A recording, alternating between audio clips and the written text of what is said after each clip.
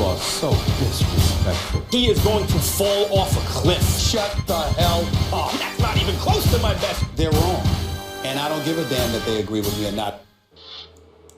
You know what time it is? It's that time of the show, Final Take, where Stephen A. brings us the final word of the day. Stephen A. Smith, the floor is yours. Thank you, Molly. You might have missed it, but there was actually a conviction in a criminal trial last night. A man named Cardell Hayes was found guilty of manslaughter in the shooting death of former Saints player Will Smith, along with attempted manslaughter for Smith's wife, Raquel, who was also shot in both knees following a car crash that occurred last April 9th in New Orleans. To supporters of stand your ground laws in various states throughout our country, this decision, no doubt, is a travesty. To anyone with sense and common decency, it's a tragedy. So says Will Smith's 3 children more than anyone else, who will never see or hear their daddy ever again. But the relevancy of this particular topic on this particular day isn't just about a 28-year-old who could spend the next 40 years of his life in prison because keeping it real went wrong. It's also because it's symptomatic of the times we're actually living in.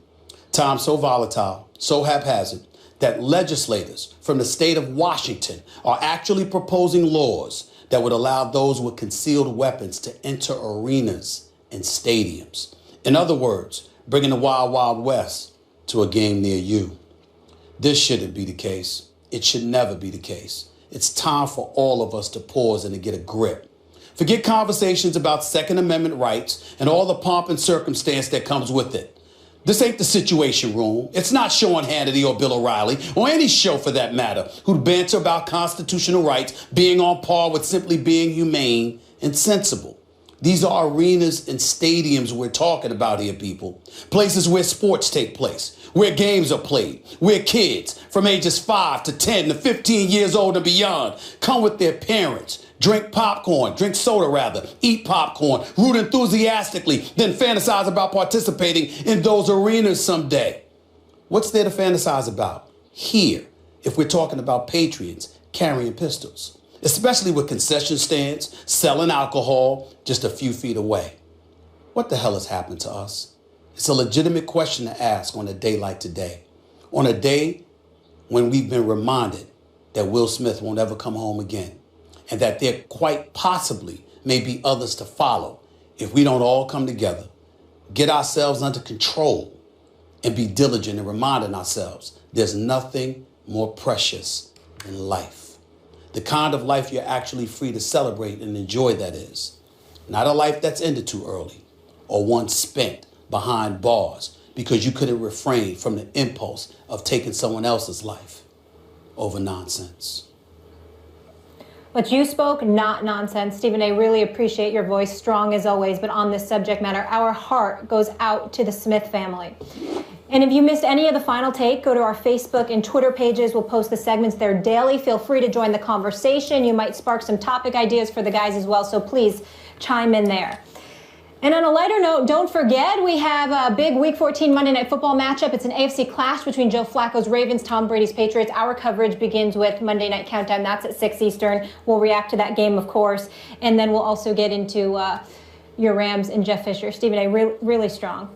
And I appreciate you addressing the subject. Needs to be said. Will Smith, he's 34 years old. He's got 3 children. And they'll never see their father again. Never. And, we're sitting there, and Max... And his wife's never going to wake up with her husband again. And Max has talked about gun violence and his concern about that on many, many occasions. I was actually thinking about you, too, Max, when I wrote that. Yeah, not to get too political, but when I hear proposals like the one you said was being considered in Washington, it makes me think of the movie Idiocracy by Mike Judge, which is less a prediction about the way the world is going to be, it's satire, than it is a commentary at this point about the way the world is. It's like we're living in an idiocracy. Couldn't agree more. Life is so precious, but especially addressing the gun issues. And to talk about legislators are offering, you walk into a stadium with kids around so scary. Carrying arms. That can't happen. No. It's all just football. Everything football to me, you know what I'm saying? So it was a run play, and me and Chris was looking at one another in the face, and I cut block. It's not like he didn't see me. He was looking right at me. So, I mean, it is what it is. I mean, they got upset with it, but if they watch film and they watch me play, they know that's what I do. That's if they watch film, though. Totally clean play by you. It wasn't a dirty play. It was a dirty play by a sorry player. He don't do nothing. He come to the game, don't catch no passes. He come to the game to chop guys from the back, and he got the same agent as me. So when I see his in Atlanta, I'm gonna beat his. Tell us how you really feel. Stephen A., do you think it was a dirty hit? It absolutely was a dirty hit. I don't care what anybody says. I don't give a damn what the rule book says or anything like that. Aqib Talib is absolutely right in terms of it calling a dirty play. And here's why I would say that to Harry Douglas. I don't know Harry Douglas personally. He's been in the NFL for about 7 to 8 years. He's on his grind. He went to college at Louisville. You're 32 years old. You're a grown man. Don't talk to me about rules and what rules allow. You sit up there and you got a cornerback, a contemporary within the National Football League. Y'all are away from the play and you literally dive at his knee. That is not something that you do. I don't give a damn what the rule book says. You know, as a human being, there's certain things that you don't do if you don't have to do it. You weren't in a tussle. You weren't in a melee. You weren't in a pile, a scrum. It was just you and him. He's away from the play. He's not anticipating anything, and you dove right at his right knee. That is a dirty play. It is unethical. And as far as I'm concerned, I want to see what the National Football League Max is going to do, because I think that Harry Douglas should be suspended immediately for at least a game, and he should have himself docked a game's pay. Not to just mention that, it's also important that the NFL does that, because the NFL would certainly not hesitate to fine somebody or suspend somebody if something like that harmed the players according to what they're concerned about. If they're protecting themselves about potential lawsuits with concussions and beyond, look at what they've turned the game into. Look at what they have folks watching out for. They're encouraging individuals to be hit low because you want to avoid high hits at all times. So if you really, really care about player safety, don't just come to me with the head shots. Come to me addressing cheap shots like that, because it was a cheap shot. The only last thing I'd like to say is, Aqib Talib, be cool. Because even though you're right, the fact of the matter is you don't need to be threatening to beat as you know what when you catch him in Atlanta. Anything that goes down between y'all from this point forward in a physical level that's off the field, I'm automatically going to blame Aqib Talib. Why? Because you just went and publicly threatened the man. You don't have to do that. Be cool. It ain't worth it. Chill out. Just relax. But Harry Douglas deserves to be fined, and as far as I'm concerned, he should be suspended for 1 game for that hit. That was a cheap shot. It was Bush League. I don't give a damn what the rule book says. That was a cheap shot. It was Bush League, and he should be suspended. Well, we agree that it was dirty for those reasons. It was malicious, and it was unnecessary. It was gratuitous. It was superfluous. So we agree that it's dirty, but it's not illegal. You can't fine him. You can't suspend him. And it's fair for a player to say, look, football is a hurt game. The way I view it is, if I have a chance to damage the other team's asset, one of their resources, within the rules, I'm going to do it. It's one of the reasons I didn't have a problem with Bountygate, and I didn't think there should have been punishment for it. It does matter that it's in the rules or not in the rules. Not morally. I disagree with you saying ethically. I think, and not to split hairs here, but I suppose we have to. There's a difference between ethics and morals if you really do want to split those hairs. Morally is what's right and wrong based on empathy. Let me put myself in that person's shoes and see if I'd want that done to me. Come on, it didn't really affect the play. You didn't have to do that. But ethics is about a standard of behavior based on rules. And the rules in this full contact sport protect him here.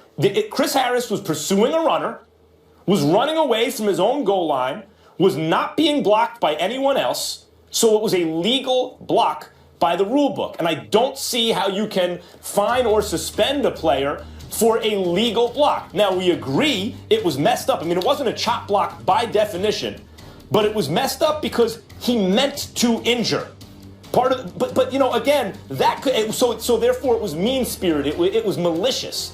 But one can approach the game of football from the point of view that you can play it with malice, that you can look to injure the other player if it's within the rules, that gives you an advantage. After all, when you're going now you and I both agree, you're trying to mess with a guy's career. That's messed up.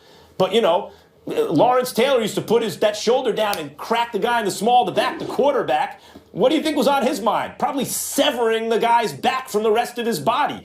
That's the nature of the game. If it's within the rules, maybe messed up, but it's actually not unethical by definition, and I don't see how you fine or suspend him. Well, I'll tell you how. I'll help you see it.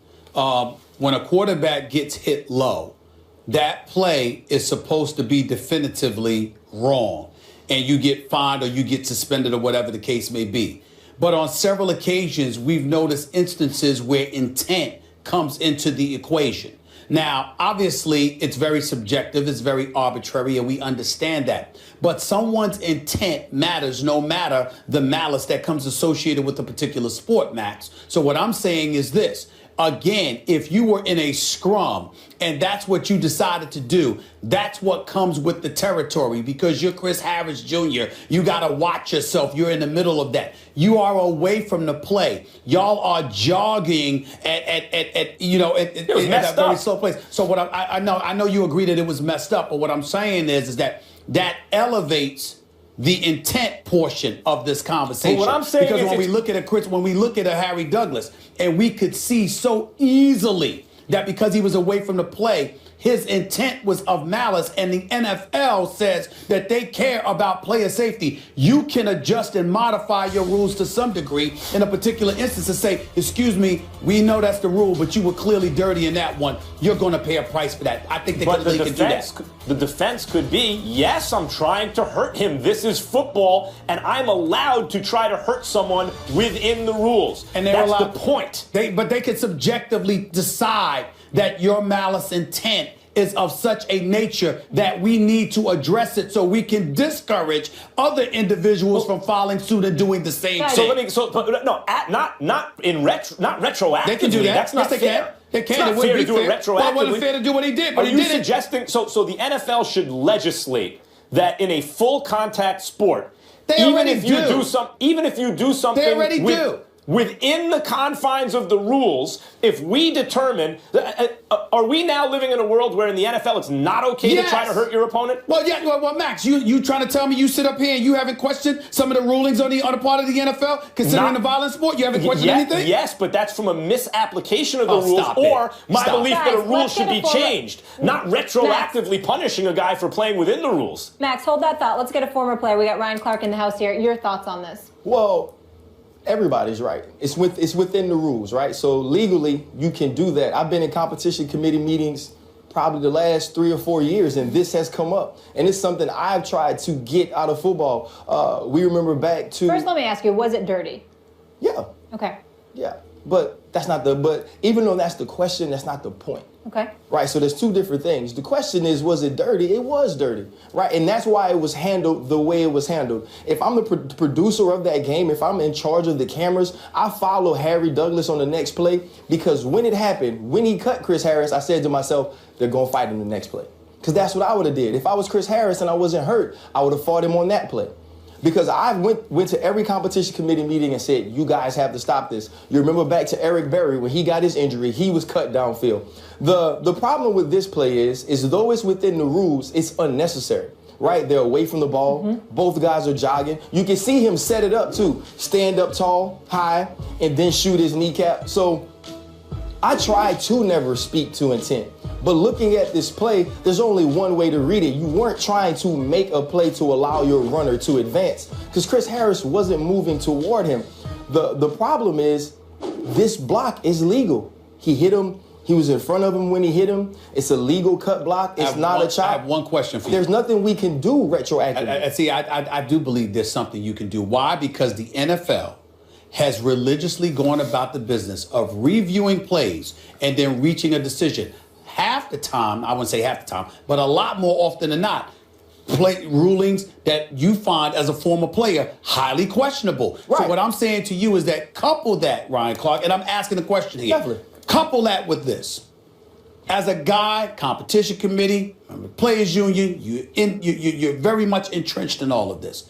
Have you not found yourself in situations where you look at the NFL and you say, okay, this is according to the rule, this is legal, but the NFL has still made a ruling that you deem relatively questionable. Yes, definitely. But the one thing that the NFL always has when they make those rulings is an explanation within the rules. Okay. So what I'm saying is, if they decided to look at this and say, okay, we want to find him, it was a malicious intent. We don't like the way it works. Same league that talks about safety, though. It goes against Same player league that safety. talks about safety. There is nowhere in the rule book other than saying we think you had malicious intent and it was unnecessary, right, and we're fining you. That's all I'm saying. So now, wait. That's what I'm saying. So when that happens, even though D. Smith and the Players Association will all say we want Chris Harris Jr. to be healthy, we want the game to be played fairly, they're going to have to defend him. They're going to have to appeal it because within the rules negotiated by the CBA, but you can't. But let him go through that process of having to defend himself so you can discourage other individuals because they may fear losing their money. Right, but now we double talk ourselves because we get upset as a union whenever they do this and we feel like we're right.